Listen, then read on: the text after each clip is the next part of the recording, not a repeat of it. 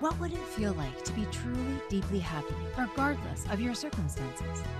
Did you know that happiness is a choice and not a result? That you can create your life on purpose? Join us now to learn more. This is the Time to Rise and Thrive radio show. And here's your host, mindset coach, and facilitator of change, Jackie Mott. Hello and welcome. Happy Friday. Welcome to Time to Rise and Thrive on Inspired Choices Network. I am your host, Jackie Mott, and we are officially doing the last live show of 2020. So our show will be on both Christmas Day and New Year's Day, but those fall on a Friday. So we have pre-recorded them so that nobody has to actually work, right? Because who wants to work on Christmas or New Year's? Maybe you do. I don't. All right. So today's show is uh, this one. This one is a thing. This one is a thing that I have really hmm I have had to work on this. This is a challenge for me. This particular area has been a challenge for me. So today's show is called Holding Space. What does it really mean? And we're going to be talking about what it means to hold space for someone and how doing that can shift the dynamics of your relationships.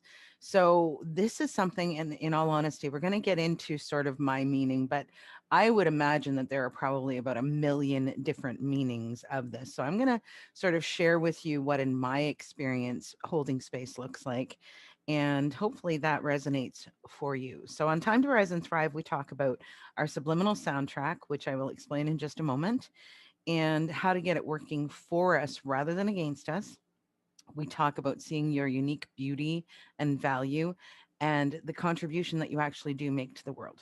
So who doesn't want more of that, right? We walk through this life and we don't really pay too much attention to what we're doing sometimes. So who doesn't want more of like seeing ourselves as we truly be and the gift that we are to others, right? And especially this time of year. We're going into the Christmas season. Yay.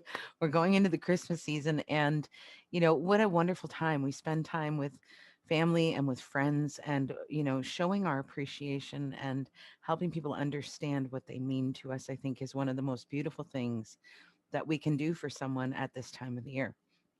So, here's our show description for today. It says, have you ever heard of this idea of holding space for someone? Do you know what it really means and how to be that space? When we hold space, what we are doing is providing a safe place for someone else to come and be heard. Unless you are asked, it is not your job to advise or try to fix things. When we're holding space for someone, your job is simply to listen and allow them to express whatever needs to be expressed.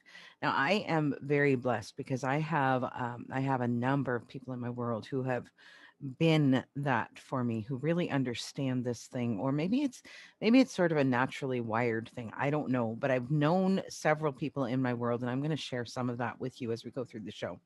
So, getting to our subliminal soundtrack, just in case you haven't heard the show before, really quickly, what this is there is sort of a loop of messages that plays in the back of our mind all day, every day. That loop of messages is made up of everything that we have ever learned, heard, seen, every experience we've ever had. Okay, so these messages hopefully are positive and sometimes not so positive, and they help us figure out our value, they help us figure out our worth, what we bring to the table, what it's okay for us to want or desire, um, all of it, like everything, relationships, money flows, everything. Okay, so what my specialty is in getting at the underlying root of the mindset messages that are actually, getting in the way, holding people back, making them get stuck, and pulling that out, looking at it, rewriting it into something a lot more positive, a lot more supportive and empowering, and then working on instilling that message on that soundtrack, on that subliminal soundtrack that plays all the time. Often, if we're stuck on something and we don't quite know why, and we've done all of the right things, right? We've done all the right things, talk to the right people, whatever. We've done everything right and we still are stuck. Often it's because of this stuff that's going on in the back of our mind, because that causes us to do everything that we do. So, how our subliminal soundtrack relates to this holding space idea. When I was thinking about that this morning, I was trying to figure out how to word this because I'm not sure that I'm going to do a very good job in this particular segment. But as we go through the show, it will become clearer for you. So, if you believe, for example, that it's your job to solve other people's problems, then you listen in a different way than when you're holding space. Okay. When you're in the position where you think that you need to solve their problems, you are listening with an ear that is trying to pick out the wrongnesses of whatever they're talking about so that we can offer them rightnesses. We can offer them the right solution for their problem. And I know, like those of us who are in business, especially service-based businesses, this is something that we really need to be doing, right? Because in sales, you want to figure out, okay, what is it that the problem actually is and what solution can I offer or send you to somebody else who maybe could offer you what's the solution to the problem that I can help you with? That, in a business sense, is very normal and very important. When it comes to our personal relationships, it can be kind of problematic. It can be. Okay. So, if on the other hand, you believe that it is not your job to solve other people's problems, the support you offer is created in a space of love. It has no judgment of right or wrong. You listen with your heart and create a safe space where people can share whatever they need to share and how they truly feel so that they believe that they feel truly heard in the end of it. Does that make sense? Yeah. So that's the idea of this holding space. If you're having any problems with your subliminal soundtrack messages, there is an article on my website, phoenixcoach.ca, called Three Easy Ways to Reset Your Subliminal Soundtrack. We're going to have a very new one coming out in the near future. It's based on the same information, but I'm rewriting that and some new branding and stuff like that that's going on. So go to phoenixcoach.ca. And even once the new branding comes into place, we're keeping that address active because I know on a lot of the older shows, that's the address that I've provided. So go there, download your three easy ways to reset your subliminal soundtrack. Find us on Facebook. And if you need some help with that, just reach out. Okay. Good. So, the first person in my world that I can think of that was really great at this holding space was my grandmother.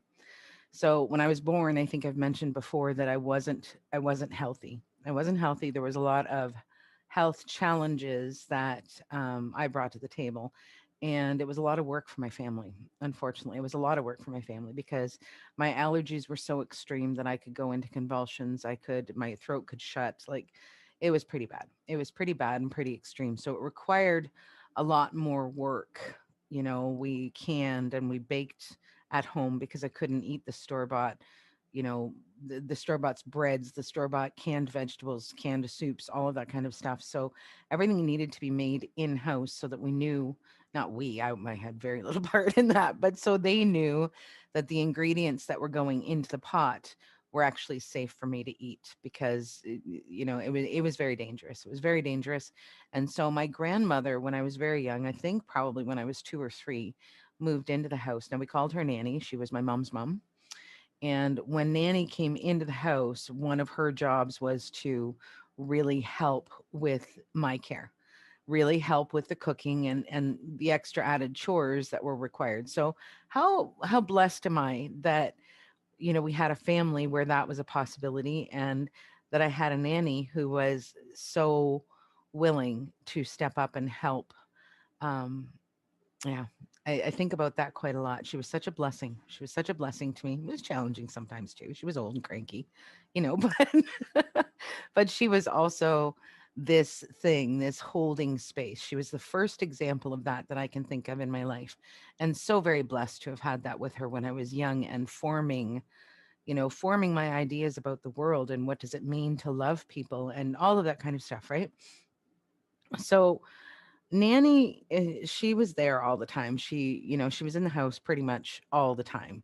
And, we'd go off to school. I don't know what she did while we were away, but then we'd come home. And one of my favorite Christmas memories, I'll share that with you because it's that time of year. One of my favorite Christmas memories is coming in the house on a cold day when you're all bundled up and you've been outside and walking home from school and who knows what else you've been doing. Maybe you've been playing in the snow, whatever, and you walk into the house and you could smell the baking. You could smell the cookies and the pies and the whatever it was that she had been working on.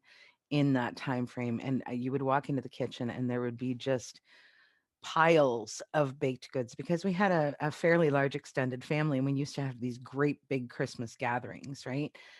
Yeah, some of my favorite Christmas memories are around that. So, what Nanny was really, really great at though was listening. And she did this in a way of holding space. You know, we didn't have language to put around it, or I didn't, at least at that point in time. But that was how she listened. So basically, you know, if I came home in a mood, and that happens sometimes, I was one of those kids that was picked on in school. You know, there were bullies, there was, you know, all of that kind of stuff. And so there were a lot of days where I would come home and I would be sad or hurt or angry or something like that. And I remember one of the things that she said when I was in high school was that she always knew what kind of a day that I had had when I would go down into the basement and get onto the piano and Frere Elise, you know, that really pretty song. It would sound like a war march.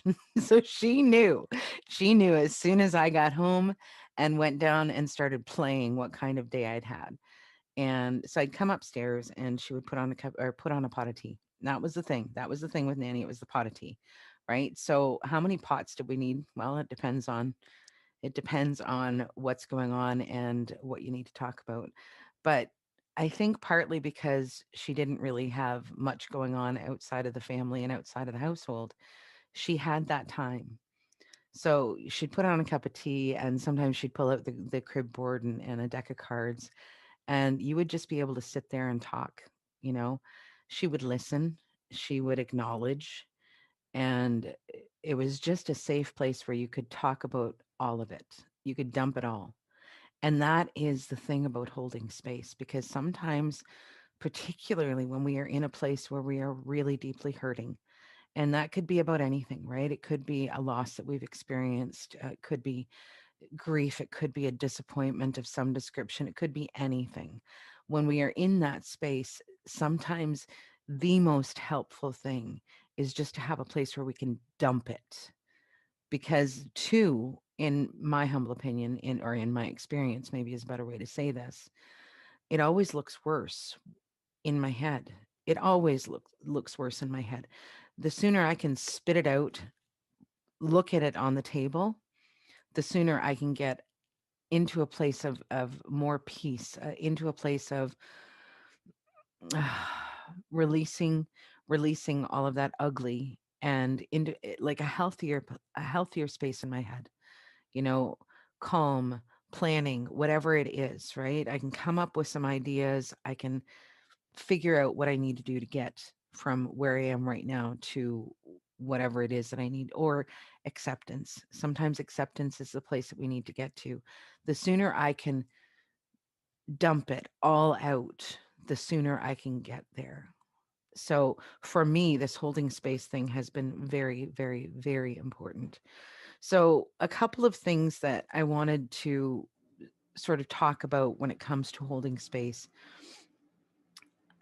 There needs to be an allowance. There needs to be a space of an allowance.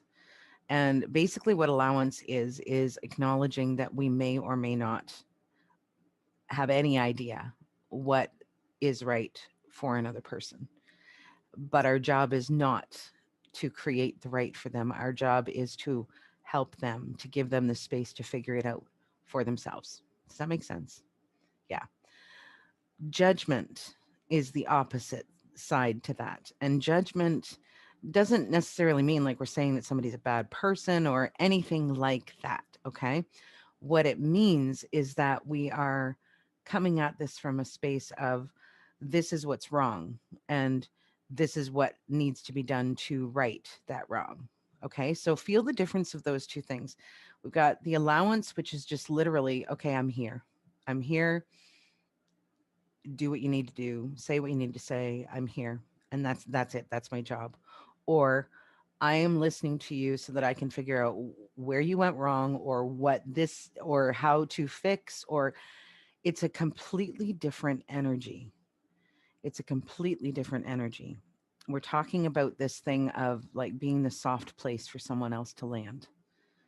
So we're going to get more into this conversation in just a moment, but we have to take our first break here. So you are with us on Time to Rise and Thrive on Inspired Choices Network. I am your host, Jackie Mott.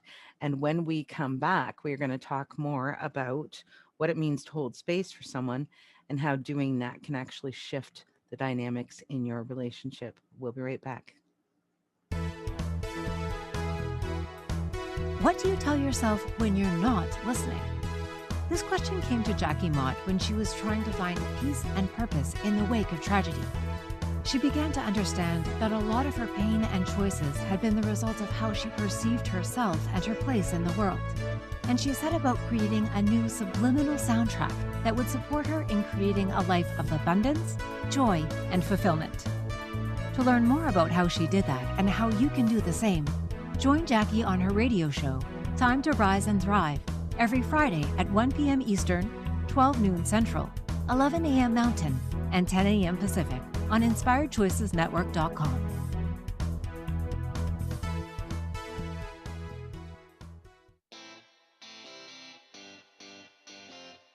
Are you a subject matter expert?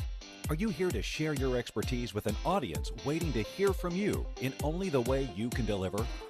Are you ready to have your voice amplified across the airwaves?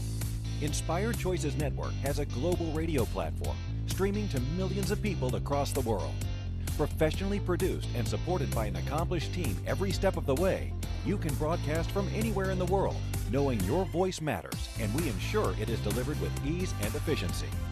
Eager to hear your message, the world awaits. Contact us today to become an Inspired Choices Network radio host. Email become a host at inspiredchoicesnetwork.com.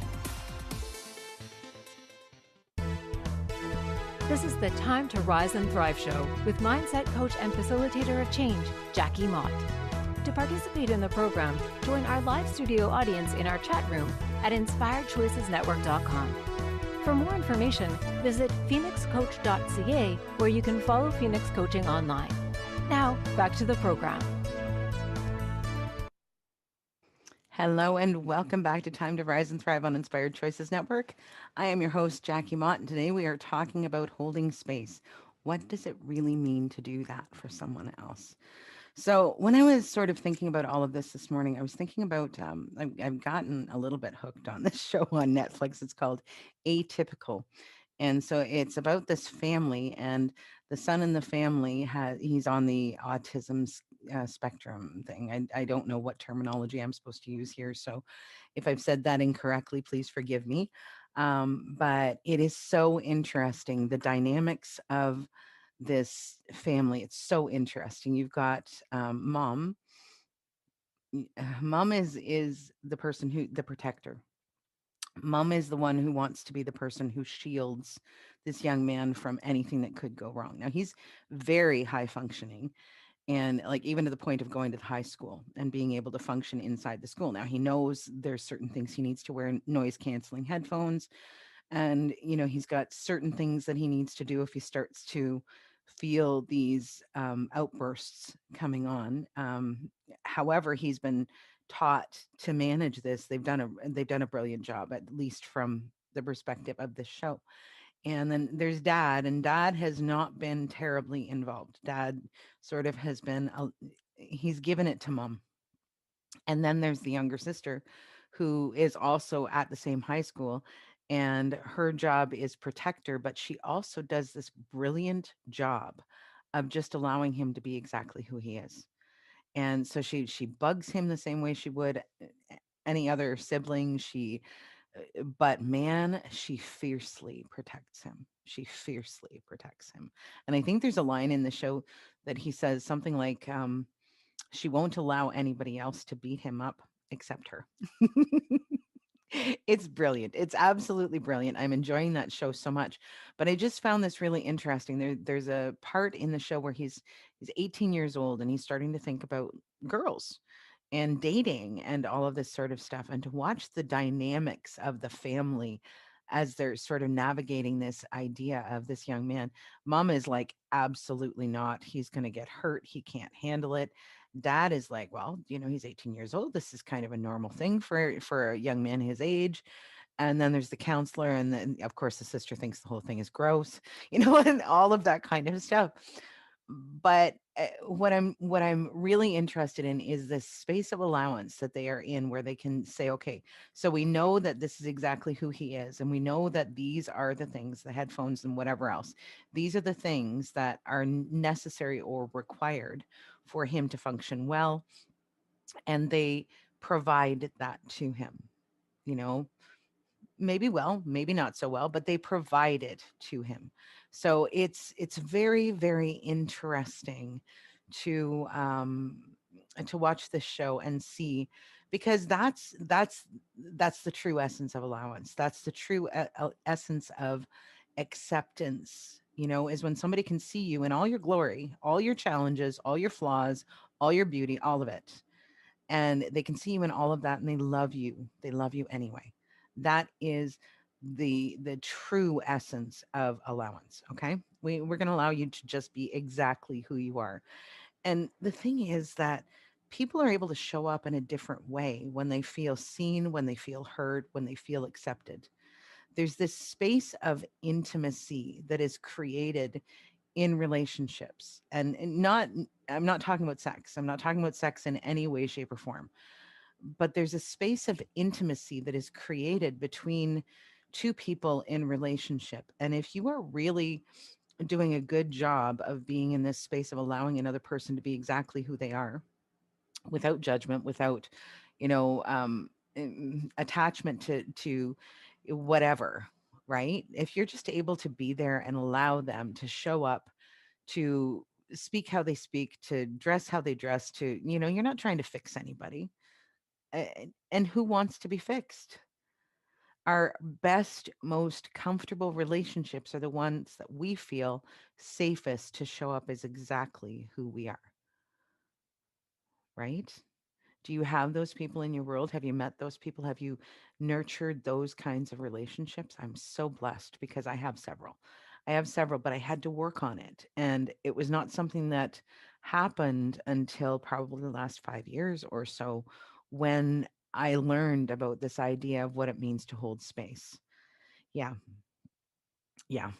This is a thing.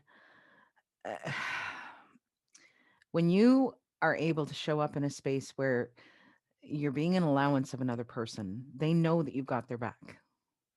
They know that you've got their back. They know that you see them, that you hear them, that you love them unconditionally, just exactly as they are.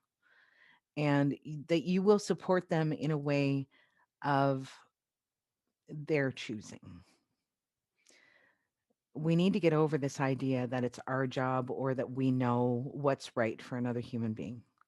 Because, up to a certain point, if you're raising kids, up to a certain point, it's our job. It's up to us to create the world around them to a certain point. And once they hit their teens, then they start to ram up against those walls, don't they? And as they should, because this is not our life to live. This is their life to live. And they need to figure out who they are. They need to figure out who they are as a separate entity from us as their parents, right? Yeah. So it's a natural part of this thing. And the best people, think about your friends. Think about the friends that maybe you had when you were really young, before you got really into all the heavy stuff that comes with adulthood. Maybe you were a teenager or whatever. The ones that, you could sit down and you could talk about what was really going on in your life and feel safe. And there was a different flavor to it back then, I think, in my world anyway. There was a different flavor to it back then. Um, there was an ability to show up for me in a different way back then. Do you understand what I mean? I hope I'm explaining this well, because I feel like I'm tripping over this stuff, but being in a space of, I see you. I see you. I know who you are. I honor you. It's that namaste, right? It's that namaste. I see you. I honor you. That is a different way of being than someone who needs to be a problem solver, right? And I don't want to go too far into that idea, because I have some really concrete stuff, ideas and tips and whatever in the next segment about that, but just feel the difference of that, right? If you walk into a place and you know that that person is immediately going to try to fix you, uh, the idea, follow this, the idea of I need to be fixed is that I must be broken. You're not broken. You're not broken. And so there's like an arrogance or something. There's an arrogant energy around this. I need to fix this person. I need to tell them what they need to do. I need to solve their problems for them. And again, there are certain times and places where maybe that's the exactly appropriate way for you to be. And especially if somebody comes to you and says, I don't know what to do. Can you help me come up with some ideas? Can you help me come up with some solutions? Yes, absolutely. Again, trying not to be in judgment and allowing them to be the person who makes the idea or makes the final call, right? Because I can say to you, oh, well, I think if it were me, I would handle it like that. That allows that other person to take that information and ponder it a little bit and tweak it or twist it around or throw it out the window or whatever they need to do, right? I'm not saying I'm the person who has all the answers and therefore you should listen to me and forget about what you think, right? I don't need to fix anybody else because they're not broken and I'm not broken. So we can just do and be what we be inside of all of this stuff. The holding space thing, it's so very important for us to allow ourselves to create this space of intimacy with our partners, with our friends, with our children, with our coworkers, even to a certain degree. And I know that there are sort of, there are places where it's best to not let people too close, but there needs to be this sense of intimacy and safety in any relationship that you have, or that's when we're going to start running into these like struggles and people who bash up against each other a lot and that kind of stuff. Okay. So, when we allow people to show up in all of their glory, we know, or they know, I'm sorry, they know that they are safe, that they are seen, that they are heard.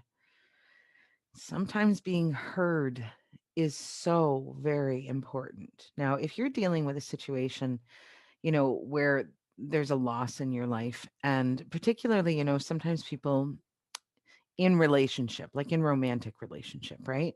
The relationship ends and one person walks away and the other person is left with all of their feelings and they don't know what to do with that. Or if somebody suddenly loses a job, it's that suddenness. There's not a lot of time to sort of, there's not any time really to sort of wrap your brain around what's happening and come to a place of acceptance.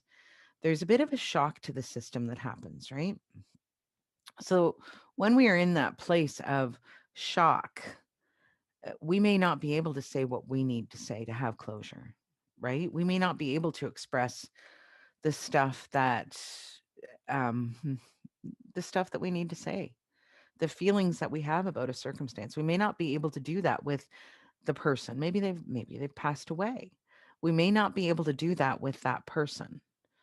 So having those people that are our soft place to land, having those people that are able to and willing to hold space for us is so important, because when we are in those places, we can go to these people and literally just let it out, and it helps us to achieve the closure that we sometimes need with situations or circumstances. It helps us achieve that because we're not pushing it down and forcing ourselves to not allow those thoughts and those feelings to come. When we're ignoring the thoughts and feelings that we have about a circumstance because we feel like maybe it's wrong, or we feel like someone's going to judge us and we really shouldn't say that out loud, whatever the case may be, we will hold on to that. We will stick it somewhere inside of us and we will, sort of hide it away. And that that is very unhealthy, and it will impact you. It will impact your mental and emotional health. It will impact your physical health at certain points in time if you don't take the opportunity, find the opportunity. This is part of the reason why people go to counselors, right? It's part of the reason why there are mental health professionals out there is because people need that safe space to express themselves. Mm, yeah. All right. So we are going to head to our second break. When we come back, I am going to talk about some of the challenges of holding space because it's not always easy. It is not always easy to do that. So we'll talk about some of the challenges and what we can do to sort of reframe those and get ourselves into a different space with that. So you are with me on Time to Rise and Thrive on Inspired Choices Network. I'm your host, Jackie Mott. We are talking about holding space. What does it mean to do that for our people? And how can it impact our relationships if we can learn to shift that? Yeah. Yeah, it's kind of a yummy conversation. All right, so we're heading to our break now. I'll see you in just a moment. What do you tell yourself when you're not listening? This question came to Jackie Mott when she was trying to find peace and purpose in the wake of tragedy. She began to understand that a lot of her pain and choices had been the result of how she perceived herself and her place in the world. And she set about creating a new subliminal soundtrack that would support her in creating a life of abundance, joy, and fulfillment. To learn more about how she did that and how you can do the same, join Jackie on her radio show, Time to Rise and Thrive, every Friday at 1 p.m. Eastern, 12 noon Central, 11 a.m. Mountain, and 10 a.m. Pacific on InspiredChoicesNetwork.com.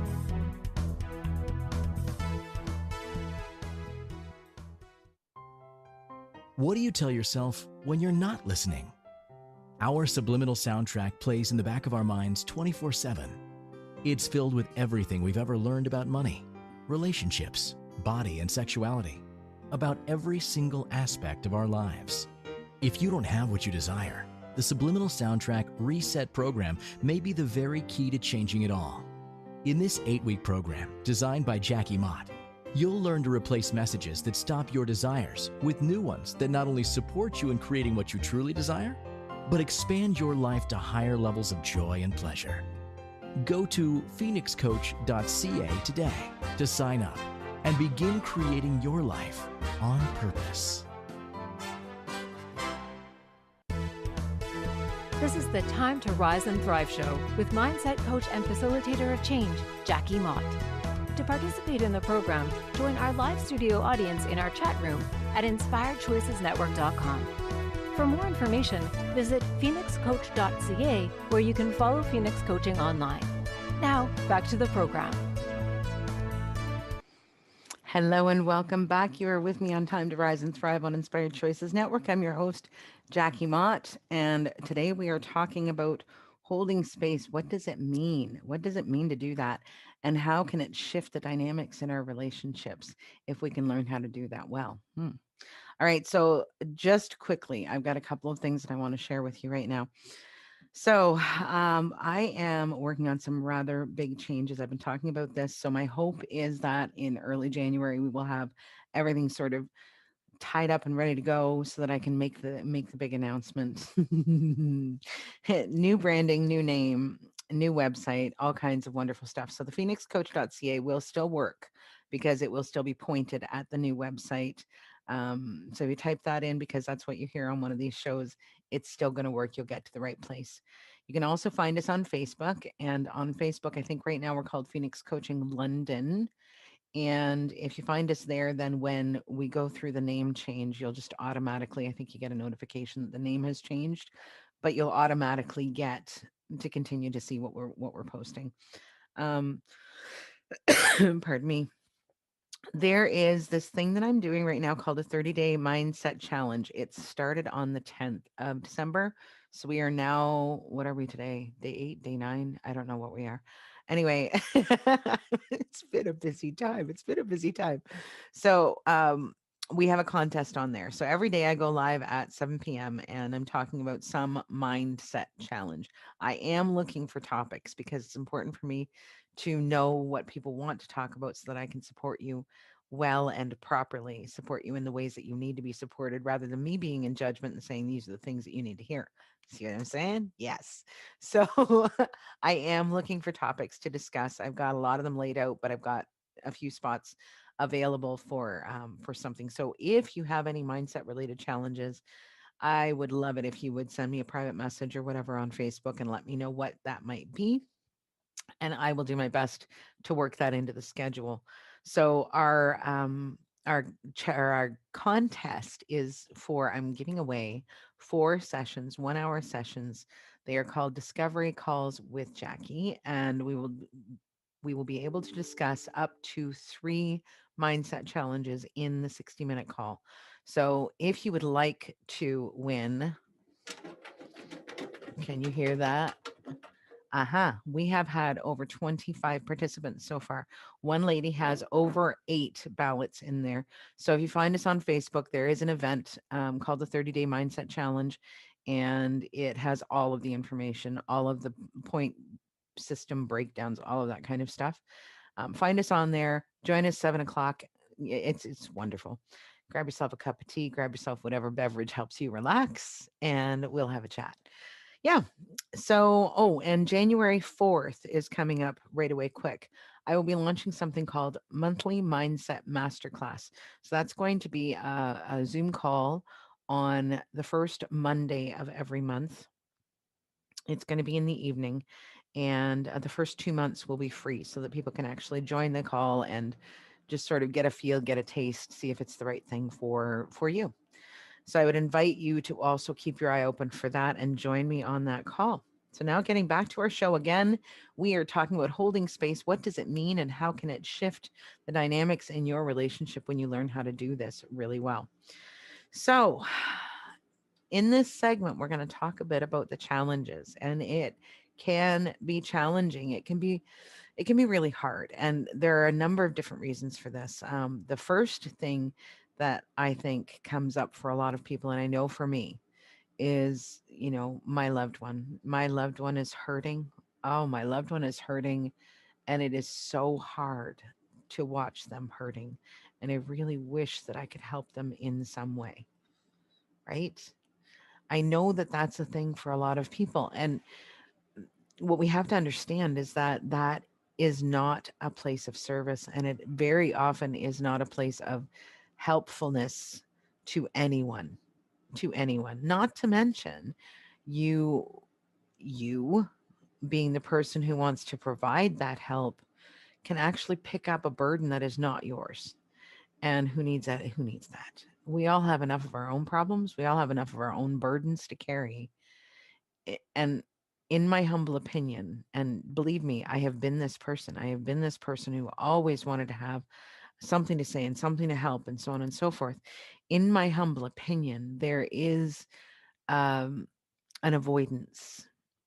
There's an avoidance of our own stuff sometimes if we're not careful, because I'm going to focus on your stuff, and that means that I don't have to look at my own.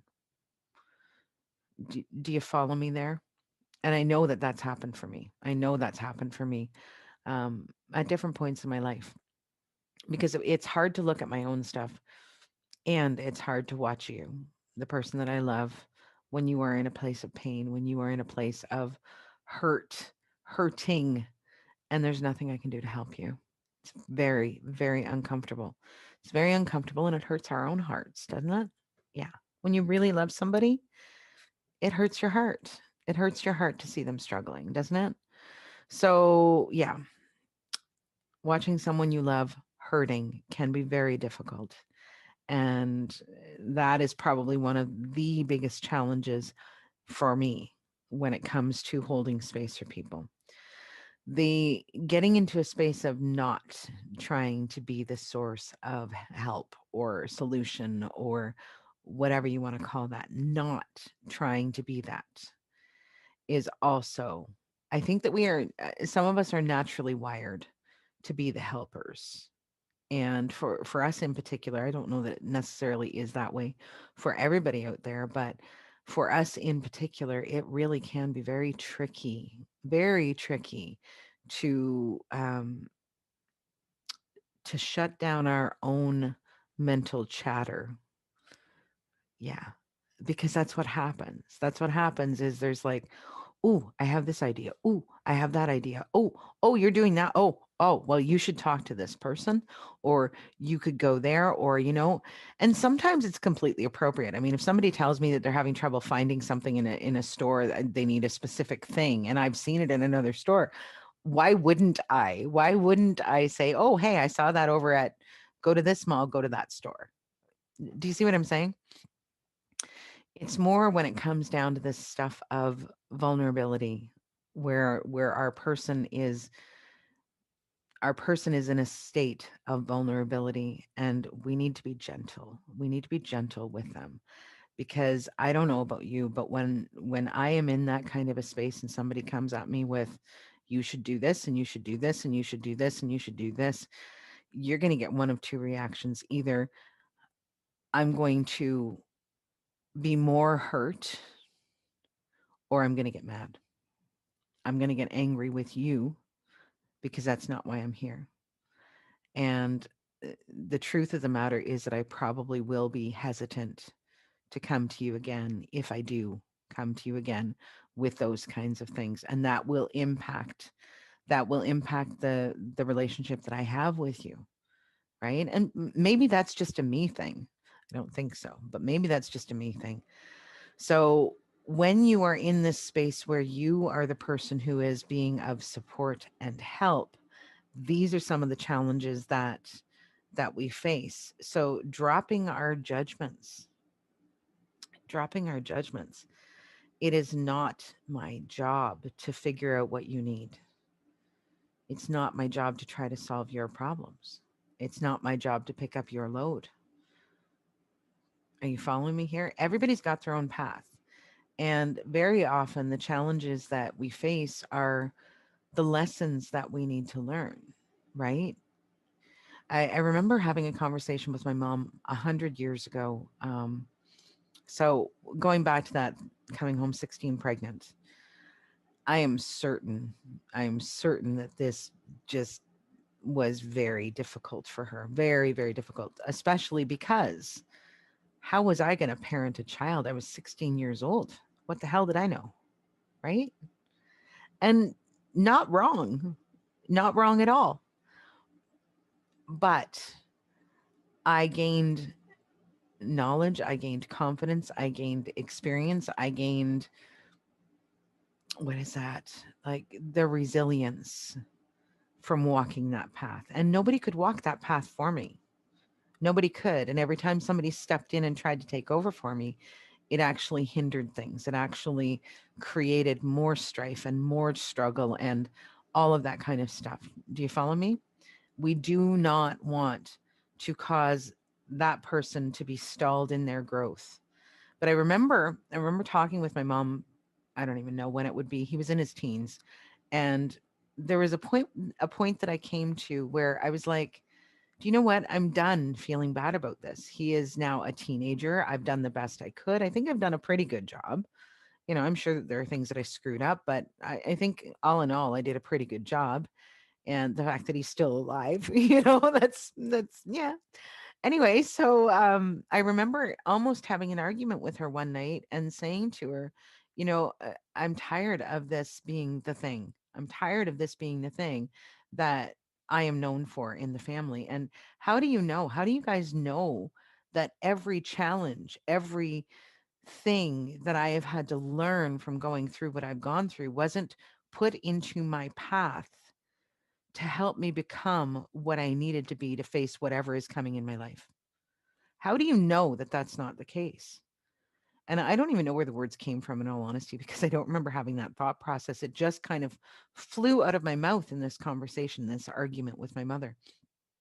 And it's the truth. It's the truth. We all have our path. We all have our lessons that we need to learn. We all have our muscles that we need to build, physical or otherwise. Nobody can build your muscles for you, right?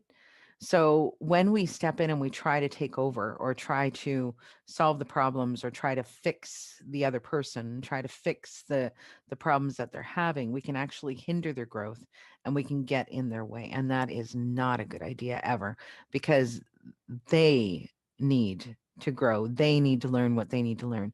We can be supportive. We can be their cheering section. We can be the person who says, do you know what? This isn't easy. This isn't easy. This is not good. But you're smart and you're strong. And I am here and you're going to get through this. You're going to get through this. And whatever you need me for, ask. Whatever you need me for. But you've got this. And I know you've got this because I see you and I love you. And I trust you. I trust that you're smart. I trust that you're strong. I trust that you're capable. Are you following me on the difference in the energy of those two ways of being with someone? I know you've got this. I know you've got this. Or, oh, you know, this, try this, do that. Or even worse, you are wrong. You're wrong. I don't trust you. I don't trust you to know what's best for you. I don't trust you to know how to be under these circumstances. I'm going to tell you how to be and you're going to be that and that's just all there is to it. Ooh, ick.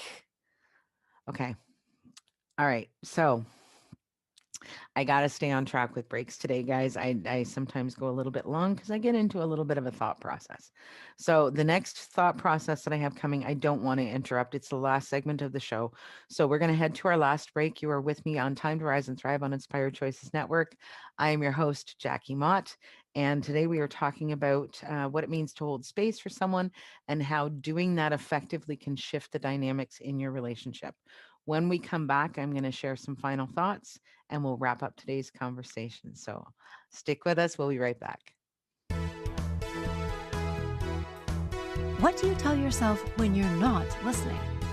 This question came to Jackie Mott when she was trying to find peace and purpose in the wake of tragedy. She began to understand that a lot of her pain and choices had been the result of how she perceived herself and her place in the world. And she set about creating a new subliminal soundtrack that would support her in creating a life of abundance, joy, and fulfillment. To learn more about how she did that and how you can do the same, join Jackie on her radio show, Time to Rise and Thrive, every Friday at 1 p.m. Eastern, 12 noon Central, 11 a.m. Mountain, and 10 a.m. Pacific on InspiredChoicesNetwork.com.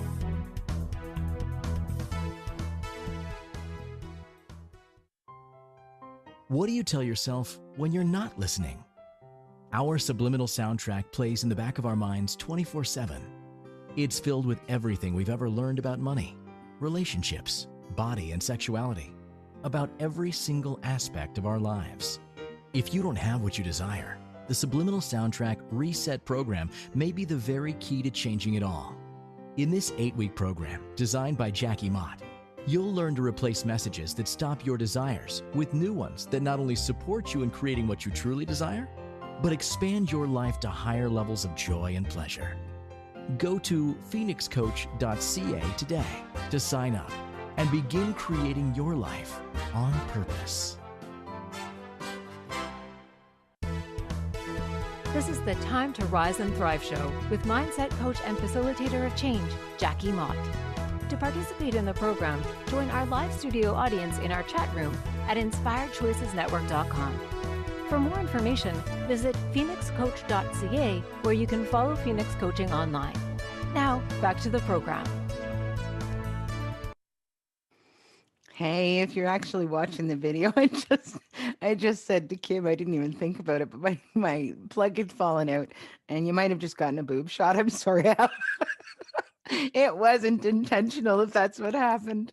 So welcome back to the last segment of Time to Rise and Thrive on Inspired Choices Network this week.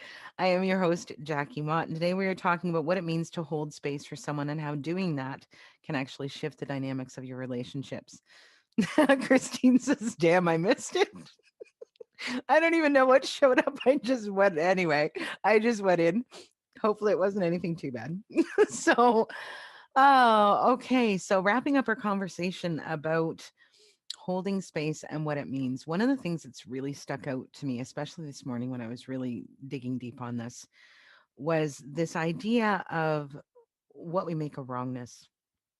And especially for the people that we love, our children, our spouses, our friends, the ones that are so close to us. When they hurt, often, especially if you're kind of an empathetic or empathic person, man, we can feel it. We can feel it and it hurts, right? So we make the pain sometimes a wrongness. We make it wrong for people instead of it being just a natural part of life. If you're going through a loss of a person, if you're going through the loss of a job, any kind of traumatic kind of a situation, pain is a natural thing. It's an absolutely natural thing to feel, and it's essential for us to feel it, isn't it? So when we make that pain a wrongness, then there's a necessity to right it. Do you understand what I'm saying? So that's where the judgment comes in. That's where the judgment comes in. When we can be an allowance of pain being a perfectly normal, natural thing, especially under certain circumstances, when we just allow it to be what it is, that's when we're being in a space of allowance.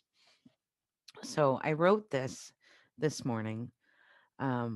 It was just something that came to me as I was trying to process this whole idea of right and wrong and how that relates to holding space.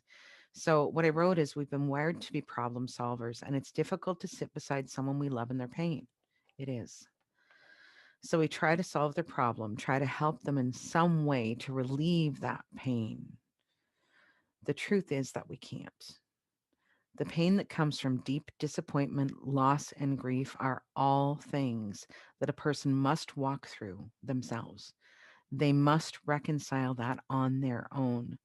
Our help is not helpful. Our presence and honoring of their pain and their process, acknowledging and bearing witness is what is required. Acknowledging and bearing witness. Do you see what I'm saying? It's a completely different thing. And it requires something of us. It really does require something of us. So when you can sit with someone else in their pain without picking it up and taking it on yourself, is when you know you've mastered this thing about holding space. And it is hard. It is hard sometimes, man. I'm certain that the friend who sat with me the night that my sister died in the car accident, I am certain that that was not an easy place to be that night. I'm certain. Anyway, I am blessed to have lots of people in my world who have done and been that for me, and I aspire to get better at it because I do want to be that space where it's all okay. It's all okay, and I've got you, and we're going to get through this because that's what it's really about, isn't it?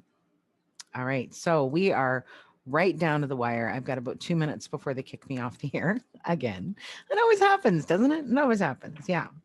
So I did find a quote that I wanted to leave. I've seen this before, and it is just so incredibly beautiful. It's the quote that I'm going to leave you with today.